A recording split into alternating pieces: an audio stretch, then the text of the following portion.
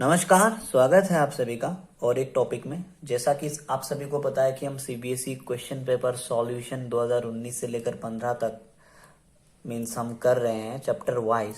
तो यहाँ पर जो दूसरा नंबर चैप्टर नंबर जो 2 है, सेकेंड चैप्टर जो है वो है इलेक्ट्रोस्टैटिक पोटेंशियल एंड कैपेसिटेंस। तो ये एक्चुअली ये जो चैप्टर है ये इलेक्ट्रोस्टैटिक्स के अंदर आता है। तो इलेक्ट्रोस्टैटिक का जो पहला चैप्टर जो है इलेक्ट्रिक चार्जेस एंड फील्ड्स, तो उसमें हमने सारा जो क्वेश्चन है 2019 से लेकर 15 तक लगभग 10 सेट्स हमने सॉल्व कर दिए, ठीक है, जिसमें से हमें basic idea about CBSE questions का पता लग गया है, ठीक है। अब देखो, जो सेकंड जो यूनिट है इलेक्ट्रोस्टैटिक पोटेंशियल एंड कैपेसिटेंस, इन दोनों को मिला के बेसिकली 8 मार्क्स के पूछे जाने थे होते हैं, ठीक है। तो एज यूजुअल जो चैप्टर नंबर 1 है और चैप्टर नंबर 2 है दोनों ही इंपॉर्टेंट है। तो चैप्टर नंबर 1 से हमने बहुत बेसिक कुछ टॉपिक्स जो है वो देखे थे कि वो बार बार रिपीट हो रहे हैं। तो सिमिलरली चैप्टर नंबर 2 से भी जो इंपॉर्टेंट टॉपिक है उनका आज मैं बताऊंगा आपको कौन कौन से टॉपिक बहुत ही इंपॉर्टेंट है और जिनको हमें डील करना चाहिए, ठीक है। तो from the name of the chapter itself, the chapter has 2 parts, that is एक तो होता है इलेक्ट्रोस्टैटिक पोटेंशियल के ऊपर और दूसरा है कैपेसिटेंस के ऊपर, ठीक है। अब सबसे पहले यहाँ पर हमें जानने की जरूरत है कि पोटेंशियल डिफरेंस वगैरह जो कि बेसिक होता है, ठीक है, पोटेंशियल डिफरेंस और इलेक्ट्रोस्टैटिक पोटेंशियल, ठीक है। तो इन दोनों में भी एक डिफरेंस है जो कि बच्चों को आमतौर पे पता होता है लेकिन फिर भी मिस्टेक कर देते हैं। तो इलेक्ट्रोस्टैटिक पोटेंशियल 1 मार्क्स का क्वेश्चन आ सकता है, ठीक है। दूसरा जो इम्पोर्टेंट जो टॉपिक है, अगर आपको मतलब इस यूनिट से हर एक क्वेश्चन को टच करना है, तो वो होता है कि जो मैंने देखा है रिपीटेड टाइम्स पूछा जाता है, वो होता है कि electric potential eight N axial point of dipole, ठीक है। Electric potential eight N axial point of dipole,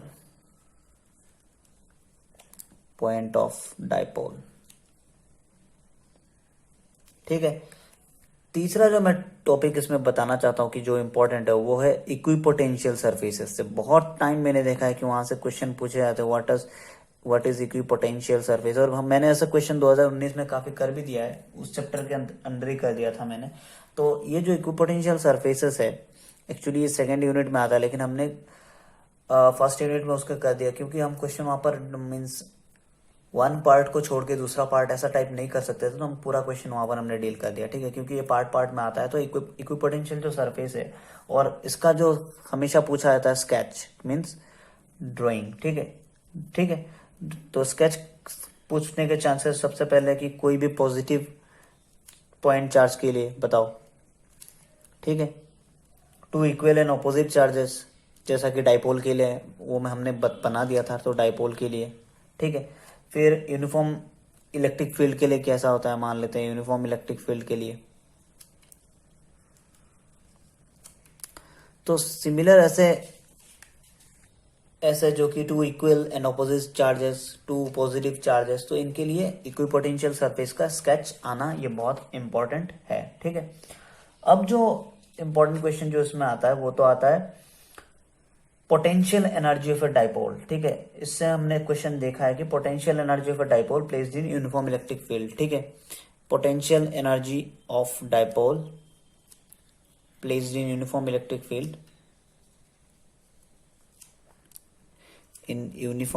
field okay. और बाकी जो क्वेश्चन आते हैं वो आते हैं कैपेसिटेंस से, ठीक है। तो कैपेसिटेंस से बहुत क्वेश्चन आने के चांसेस होते हैं, मैंने इसमें देखा है, बल्कि ज्यादा क्वेश्चन कैपेसिटेंस से ही पूछे जाते हैं, ठीक है, इस यूनिट में।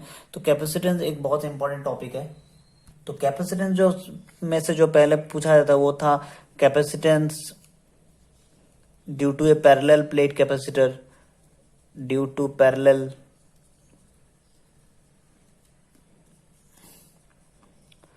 प्लेट कैपेसिटर, ठीक है। दूसरा जो क्वेश्चन इसमें से पूछा जाता है वो पूछा जाता है series and parallel combination of capacitors. फिर energy stored in a capacitor, ठीक है। फिर डाइलेक्ट्रिक से बहुत क्वेश्चन पूछा जाता है, ये बहुत इंपॉर्टेंट टॉपिक है डाइलेक्ट्रिक, ठीक है। तो इसमें से जब डाइलेक्ट्रिक में आप आओगे तो पोलराइजेशन वगैरह वगैरह पोलराइजेशन, ठीक है, non polar dielectric molecule, polar dielectric molecule, तो इनके लिए भी। अब देखो फिर पोलराइजेशन डेंसिटी,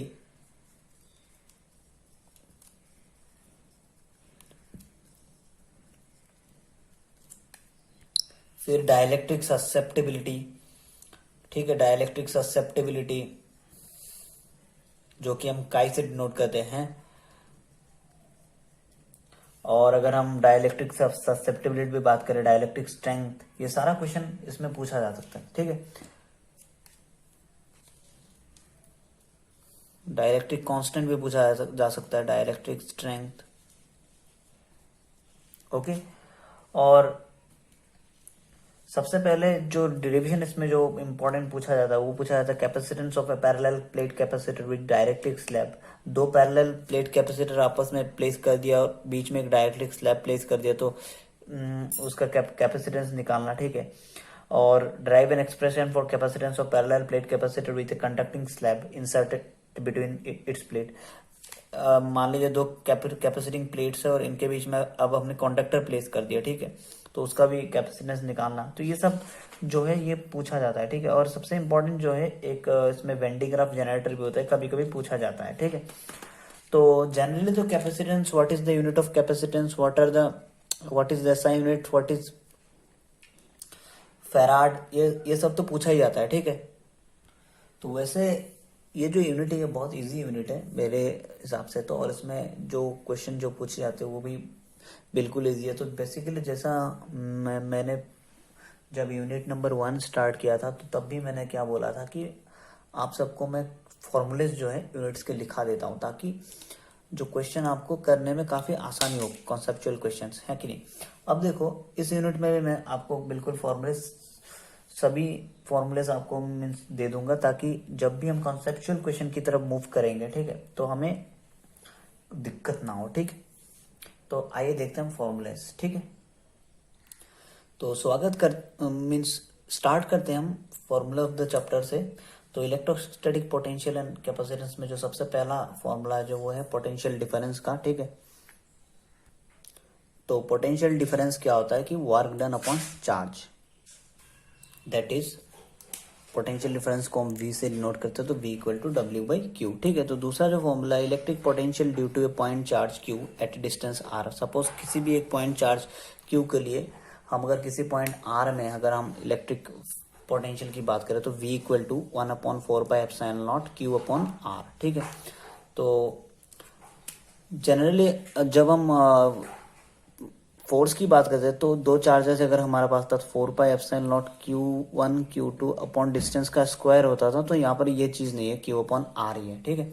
अब देखो electric potential at a point due to n point charges, अगर हमारे पास n पॉइंट चार्जेस हो, ठीक है, और उन्हीं सभी n चार्जेस के लिए अगर हमें किसी भी पॉइंट में इलेक्ट्रिक पोटेंशियल निकालना हो तो V equal to 1/4πε0 I equal to 1 to n summation I equal to 1 to n QI by RI, ठीक है।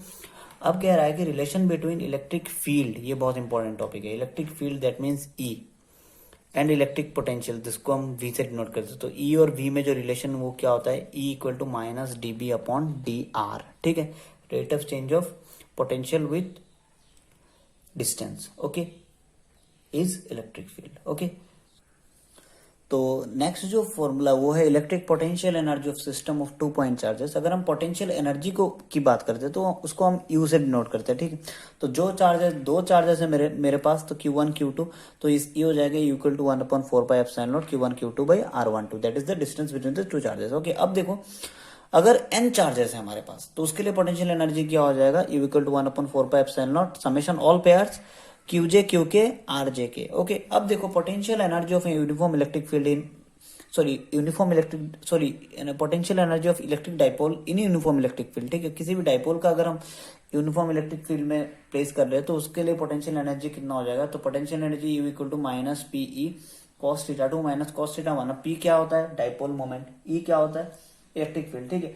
अब अगर मैं बात करता हूं, यहाँ पर कंडीशन है इफ इनिशियली, अगर मैं इनिशियल कंडीशन में बात करता हूं कि जो मेरा dipole is perpendicular to field E, जो डाइपोल है वो फील्ड के साथ परपेंडिकुलर है, means dipole is perpendicular to field E, ठीक है।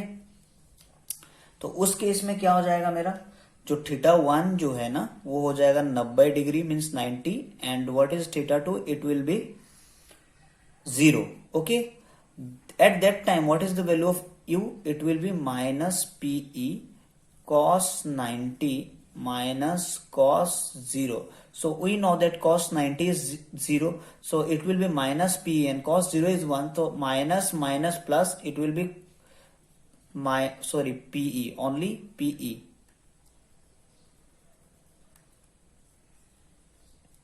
Okay, oh sorry, I have done one mistake.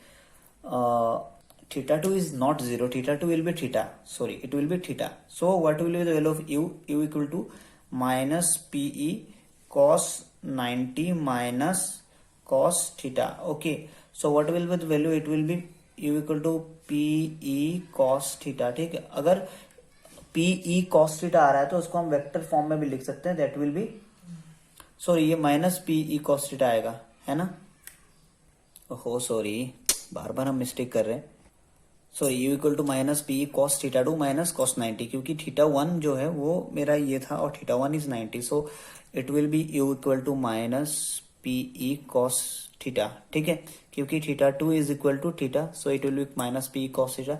अगर ये U equal to minus P cos theta है तो उसको मैं वेक्टर फॉर्म में कैसे लिख सकता हूँ, U equal to minus P dot ई.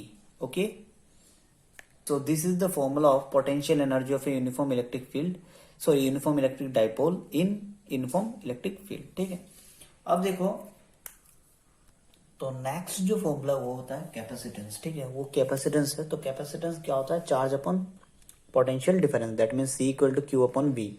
तो कैपेसिटेंस हम किससे डिनोट करते हैं, सी से. ठीक है, अब देखो capacitance of a spherical conductor of radius R, अगर कोई भी स्फेरिकल कंडक्टर है जिसका रेडियस आर है तो उसका कैपेसिटेंस होगा C equal to 4 pi epsilon naught R. Capacitance of parallel plate capacitor. ठीक है, तो कोई भी दो पैरेलल प्लेट है, ठीक है, सपोज इन दोनों का जो कैपेसिटेंस है वो क्या हो जाएगा, epsilon naught A by D, where D is the distance between them. Okay, और equivalent capacitance of parallel combination क्या हो जाएगा, Cp equal to C1 plus C2 plus C3 plus C4. तो यहाँ पर एक चीज है कि कैपेसिटेंस का जो पैरेलल कॉम्बिनेशन होता है वो रेजिस्टेंस के सीरीज के बराबर होता है, मीन सीरीज जैसा होता है उस टाइप का. ठीक है, और equivalent capacitance of series combination तो वो 1/CS equal to 1/C1 plus C2 plus C3 and C4. Okay, तो आगे जब हम क्वेश्चन पेपर सॉल्व करेंगे, कॉन्सेप्चुअल क्वेश्चन से डील करेंगे, तो वैसे यूज समझ में आ जाएगा कौन सा फॉर्मूला कहाँ यूज करना है. ठीक है, अब देखो तो नेक्स्ट जो फॉर्मूला वो है एनर्जी स्टोर्ड इन कैपेसिटर, तो वो होता है U equal to, energy stored means U equal to half C V square, where C is the capacitance, V is the potential difference. Okay, तो कैपेसिटेंस फिर क्या होता है, कैपेसिटेंस का फॉर्मूला हमको पता है, चार्ज अपॉन पोटेंशियल डिफरेंस, तो Q by V into V square, तो it will be also written as U equal to half Q V. Okay, अब देखो electric field between capacitor plates, दो कैपेसिटर प्लेट्स है उनके बीच में इलेक्ट्रिक फील्ड अगर पूछ लिया तो वो क्या होता है, सिग्मा अपॉन एप्सिलॉन नॉट. तो इसमें sigma is surface charge density and epsilon not is the permittivity of free space. ठीक है, अब पूछ रहा है 14 नंबर में capacitance of parallel plate capacitor field with dielectric of dielectric constant के. अगर दो पैरेलल प्लेट कैपेसिटर के बीच में हमने एक डाइलेक्ट्रिक लगा दिया है तो उसका उन दोनों प्लेट के बीच में जो मीन्स कैपेसिटेंस है वो क्या हो जाएगा, सी इक्वल टू के सी नॉट. ठीक है, तो एप्सिलॉन नॉट के ए अपॉन डी. ठीक है, अब देखो यहां पर अगर डाइलेक्ट्रिक ना हो के अगर ये कंडक्टिंग प्लेट हो गया, ठीक है, सपोज ये डाइलेक्ट्रिक नहीं है, कंडक्टिंग प्लेट है, कंडक्टिंग प्लेट, तो कैपेसिटेंस क्या हो जाएगा, capacitance will be C will be equal to epsilon naught A upon D minus T. अब टी क्या है, थिकनेस ऑफ द कंडक्टर. ठीक है, thickness of the slab, thickness of conducting slab. Okay, तो ये जो है मुझे लगता है ये सफिशिएंट फॉर्मूलेज है इस यूनिट को डील करने के लिए. आगे अगर एक आध क्वेश्चन फॉर्मूला अगर कोई छूट जाता है तो हम उसको जब न्यूमेरिकल करेंगे तो उसको हम वहां से डील कर लेंगे. ठीक है, तो ये जो है ये वीडियो जो है ये पहला वीडियो है जो कि कैपेसिटेंस में मीन्स चैप्टर 2 में, जिसके द्वारा हम आगे जो क्वेश्चन है सीबीएसई का वो सारा क्वेश्चन हम डील करेंगे। तो अगर चैप्टर नंबर 1 के वीडियोस अगर नहीं देखे वो तो आप जाके प्लेलिस्ट में देख सकते हैं, और 2 का भी अगर आपको देखना हो, 2 से अगर न्यूमेरिकल सॉल्व करने की मीन्स प्रोसेस जो है उसको अगर सीखना हो तो आप ये वीडियोस देख सकते हैं। ठीक है, तो आज के वीडियो में बस इतना ही। Thank you.